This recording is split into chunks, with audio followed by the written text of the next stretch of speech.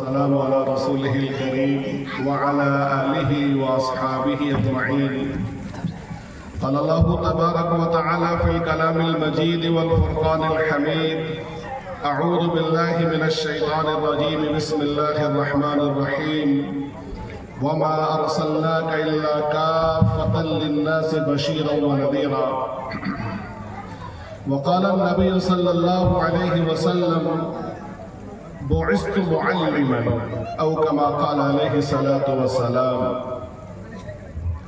میرے محترم بھائیوں، بزرگوں، دوستوں اور اسٹیج پر بیٹھے ہمارے موقر علماء کرام اور میری پردہ نشین دینی ماں اور بہنوں،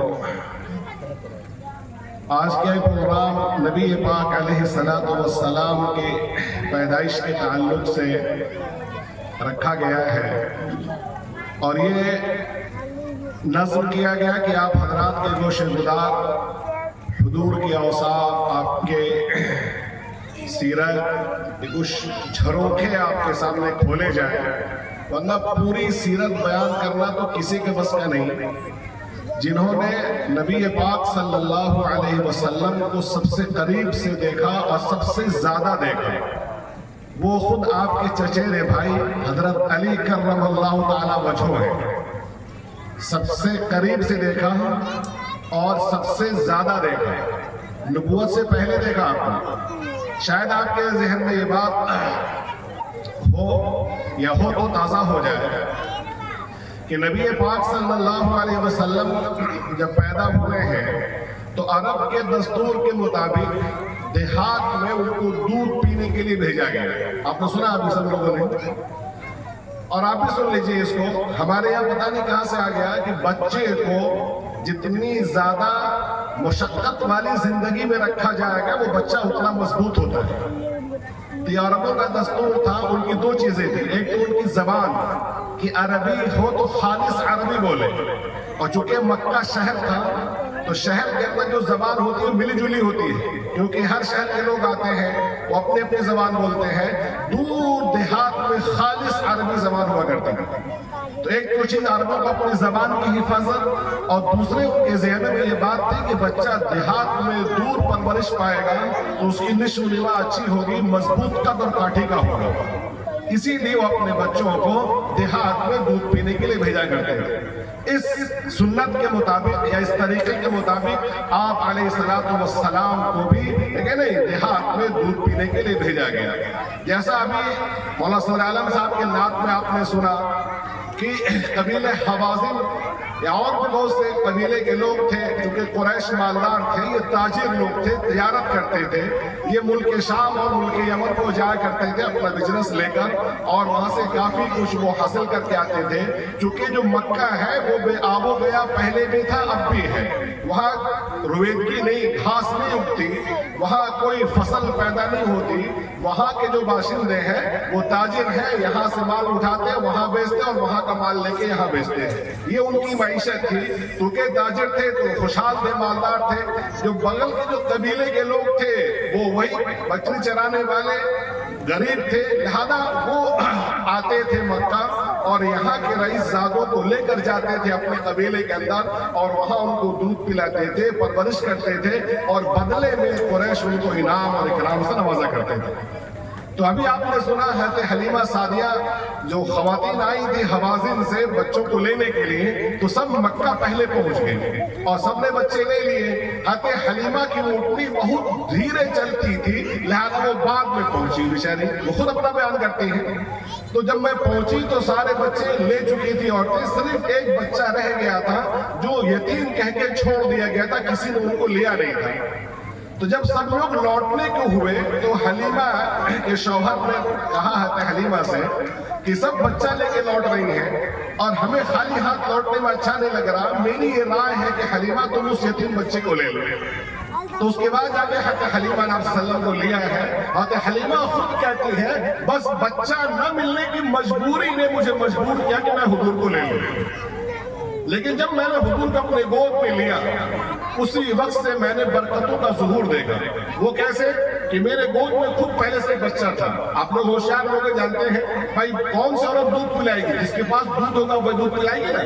اور دودھ کس کو ہوگا؟ جس کے یہاں بچہ ہوگا وہ دودھ پلائے گی. تو حضور کے ایک رضائی بھائی پہلے سے تھے.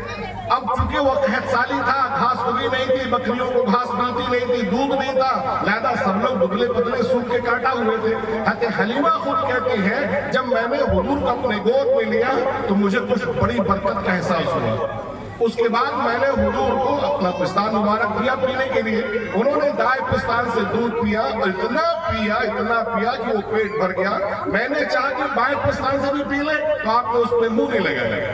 اور آپ کے رضائی بھائی نے بائیں پستان سے دودھ پیا اور مجھے تعجب تھا کہ پہلے میرے سینے میں اتنا دودھ نہیں تھا کہ میرا اپنا جو بچہ تھا وہ پیٹ بھر کے پیتا اور رات کو سوتا، رات بھر کو روتا رہتا تھا دودھ کی وجہ سے. یعنی آپ جانتے ہیں اس ماں کو دودھ نہیں ہوگا، ڈبے کا دودھ کا انتظام نہ ہو تو بچے کو بھوک لگے گی تو وہ روئے گا. رات بھر بچہ ٹائے ٹائے ٹائے ٹائے کرتا رہتا تھا. ان کے الفاظ ہیں بھوک کی وجہ سے. لیکن جس رات میں نے اب سلم کو گود میں لیا دونوں نے پیٹ بھر کے پیا. اور رات کو اب ہم لوگ بھوکے تھے، میرے شوہر بھوکے، میں بھوکی. تو عربوں کے یہاں سواری کے لیے اونٹنی کا استعمال ہوتا تھا. اونٹنی دودھ بھی دیتی تھی، سواری کا کام بھی دیتی تھی. تو میرے شوہر نے کہا ذرا سا بٹپل لاؤ تھوڑا دیکھیں اونٹنی. حالانکہ اونٹنی اتنا کم دودھ دیتی تھی کہ ہمارا کام نہیں چلتا تھا. لیکن اس رات جب میرے شوہر نے دھونا شروع کیا تو جیسے آپ نے سنا برتن بھر گئے اور ہم نے بھی خوب پیٹ بھر کے پیا.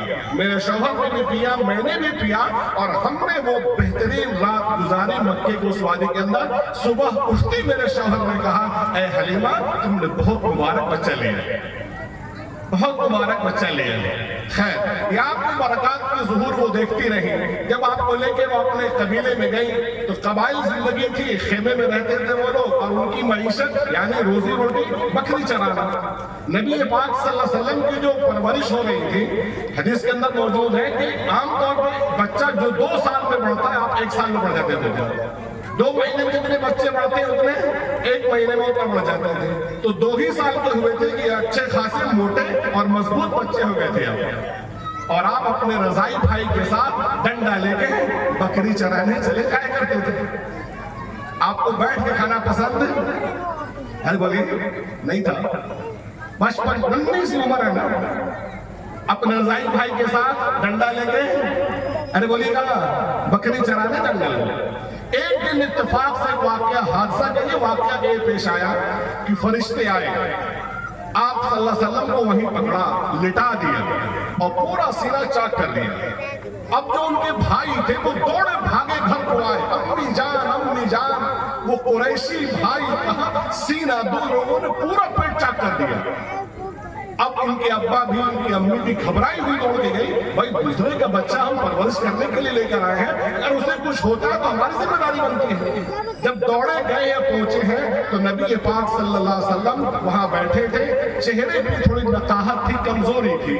حضرت حلیمہ سعدیہ نے پوچھا میرے بیٹے کیا ہوا؟ اب صلی اللہ علیہ وسلم نے کہا امی جان 2 لوگ آئے، مجھ کو لٹا دیا اور میرا سینہ انہوں نے چاک کر دیا. اس میں انہوں نے کچھ کٹولا اور ایک کالی سی چیز نکالی، اس کو نکال کے پھینکا اور پھر میرا سینہ انہوں نے سل لیا. لیکن یہ بچپن کا شق صدر کا واقعہ ہے. صحابہ کرام کہتے ہیں کہ بعد میں وہ لکیر بالکل صاف دکھتی تھی، لیکن نہیں سینے کا بالکل بائی پاس اوپن سرجری کر دی گئی بچپن میں. وہ کیا چیز نکالی گئی تو اللہ عالم. اس کے بعد اور 1-2 بار شق صدر کا واقعہ ہوا. تو میں بتانا چاہتا ہوں کہ نبی کی سب سے پہلی سنت میرے عزیز بچوں تم بھی سنو، نوجوانوں تم بھی سنو، لیکن نہیں اپنا بوجھ کسی پہ ڈالنا یہ نبی کو گوارا نہیں. ننھے سے ہیں 2 سال کے 2.5 سال کے 2 سال کے ہو تو 4 سال کے تک رکھتے تھے وہ اور ڈنڈا لے کے اپنے رضائی بھائی کے ساتھ بکری چرانے کے لیے. ان کی ماں نہیں بھیجتی تھی حلیمہ سعدیہ، ان کے باپ نہیں بھیجتے، بس ان کو اچھا نہیں لگتا تھا میں بیٹھا رہا ہوں اور میرا بھائی بکری چرائے، وہ چلے جاتے تھے. اس کے بعد آپ صلی اللہ علیہ وسلم مکے میں واپس ہوئے. خیر تفصیلی واقعہ آپ لوگوں نے سنا. ماشاءاللہ حضور کی زندگی ہی بابرکت تھی. ان کا آنا پوری دنیا والوں کے لیے برکت کا سامان تھا. اور میں نے جو آیت پڑھی اس کے اندر اللہ تعالیٰ خود کہتا ہے کہ اے نبی وَمَا أَرْسَلْنَاكَ إِلَّا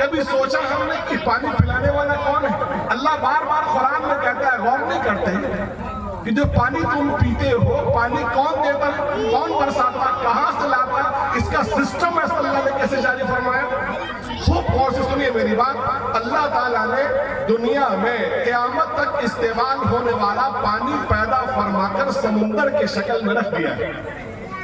سمندر کے شکل میں قیامت تک استعمال ہونے والا پانی رکھ دیا ہے، اور آپ پڑھتے ہوں گے ماشاءاللہ دنیا کے 3 حصے پہ پانی اور 1 حصے پہ خشکی ہے، تو قیامت تک وہ پانی استعمال ہوگا ہمارے لیے۔ لیکن ایک بات ذہن میں آتی ہے، وہ پانی بالکل کھارا ہے، وہ پانی قابل شرب نہیں، اس سے ضرورت پوری نہیں ہوتی، تو آخر پھر کیسے؟ تو اللہ تعالیٰ نے اس پانی کو کھارا اس وجہ سے رکھا ہے، اگر وہ پانی میٹھا ہوتا تو وہ پانی سڑ جاتا، پانی سڑ جاتا، اور جب پانی سڑ جاتا تو ہوائیں چلتی ہیں سمندر سے، تو جو ہوائیں آتی تو سڑی ہوئی ہوا میں آتی اور سارے انسان بیمار پڑ جاتے اور مر جاتے۔ ہمارا گھر ہے، گڈھا اڈھا میں پانی جمع ہو جاتا ہے، جب اس کا پانی سڑتا ہے اور جب ہوا چلتی ہے تو وہ سڑان کی بدبو آتی کہ نہیں آتی؟ تو ایک چھوٹا سا گڈھا ایک گھر والے کو پریشان کر کے رکھتا ہے، تو اتنا زیادہ پانی، اتنی مقدار میں پانی ہے، اگر یہ سارا پانی سڑ جاتا تو کیا روئے زمین پر انسان کا زندہ رہنا ممکن ہوتا؟ تو اس اللہ نے پانی کو کھارا رکھا تاکہ وہ سڑے نہیں۔ پھر میٹھا پانی کیسے پلایا اللہ تعالیٰ نے ہم کو؟ اگر اللہ تعالیٰ کہہ دیتا کہ سمندر میں ہم نے پانی پیدا کر دیا، تمہارے لیے رکھ دیا، جاؤ اپنے ضرورت بھر کا پانی سمندر سے لے کر آؤ اور استعمال کرو، فلٹر کرو اور پیو، تو میرے عزیز بھائیوں ہماری زندگی کیسی ہوتی؟ ہر آدمی بمبئی کا ٹرین کا ٹکٹ پکڑتا ہے، ٹھیک ہے نہیں، اور چھت پر 4-5 گیلن 10 گیلن ڈرام ورام لے کے وہاں پہنچتا کہ نہیں پانی لینے کے لیے؟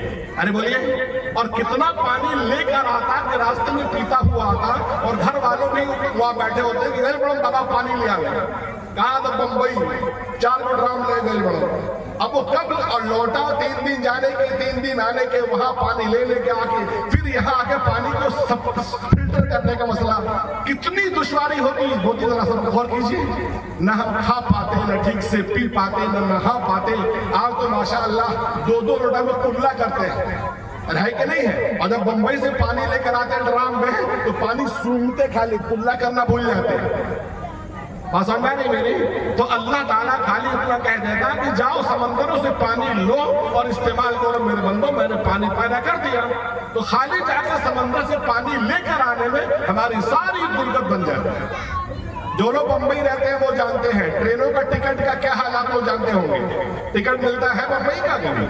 ارے بولیے، ہم مجھولے کے رہنے والے ہیں، گٹروا وہی میرا گھر ہے، کبھی جانا ہوتا ہے ٹکٹ لینے کے لیے تو وہ کاؤنٹر پر مارا ماری ہوتی رہتی ہے، وہ درخواست لگانے کے لیے کہ تتکال نمبر 1 ہمارا، تو کب سہیلا تو کا لگا چلا، وہ تیسرا آتا سب کی پرچی پھاڑ کے پھر آپ کو لگا دے گا، رات بھر وہ ڈرامہ کرتے رہتے ہیں کہ تتکال ٹکٹ نکالا بمبئی میں، تو یہ پانی کے لیے کہاں سے وہ ٹکٹ نکال پاتے اور کیسے جا پاتے؟ اللہ نے ہمارے لیے بادلوں کو مسخر کیا، چاند رات میں روشنی ڈالتا ہے اور دن میں سورج اس پانی کو روشنی ڈالتا ہے، اور پانی کو بھاپ کی شکل میں اللہ تعالیٰ سمندر سے اٹھاتا ہے اور اس کا پورا کھارا پن نیچے رہ جاتا ہے۔ جو بچے سائنس کے طلبہ وہ جانتے ہیں، ایکسپیریمنٹ کرتے ہیں، اور پانی ایک برتن میں نمک اور پانی گھول دیا جائے اور دھوپ میں رکھ دیا جائے تو سارا پانی بھاپ بن کے اڑ جائے گا اور نمک پورا نیچے رہ جائے گا۔ ارے ہوتا کہ نہیں ہوتا ہے؟ ارے کرتے کہ نہیں بچے ایکسپیریمنٹ؟ پتہ نہیں پڑھائی کا کیا معیار اب خیر، تو وہی حال سمندر کا ہے، بھاپ بن کے پانی اٹھتا ہے اور اللہ تعالیٰ اپنی قدرت سے اس کو بادل بناتا ہے، اور پھر ہواؤں کے دوش پر اس بادل کو کہاں سمندر اور لا کے پہاڑوں پر لے کر آتا ہے اور اس کو وہاں ٹھنڈا کر کے اللہ برساتا ہے۔ سب جگہ زیادہ بارش اللہ نہیں کرتا، خیال رکھیے گا، جو زمین بارش کی متحمل ہوتی ہے وہاں بارش ہوگی، اور جو زمین بارش کی متحمل نہیں وہاں بارش نہیں، ورنہ پوری مٹی کھسک جائے گی، پوری مٹی کیا ہو جائے گی؟ کھسک جائے گی۔ اللہ پہاڑوں پر پانی برساتا ہے اور وہاں پانی کے بڑے بڑے برف کی شکل میں پانی جمع دیتا ہے، یہ میٹھا پانی، اور سال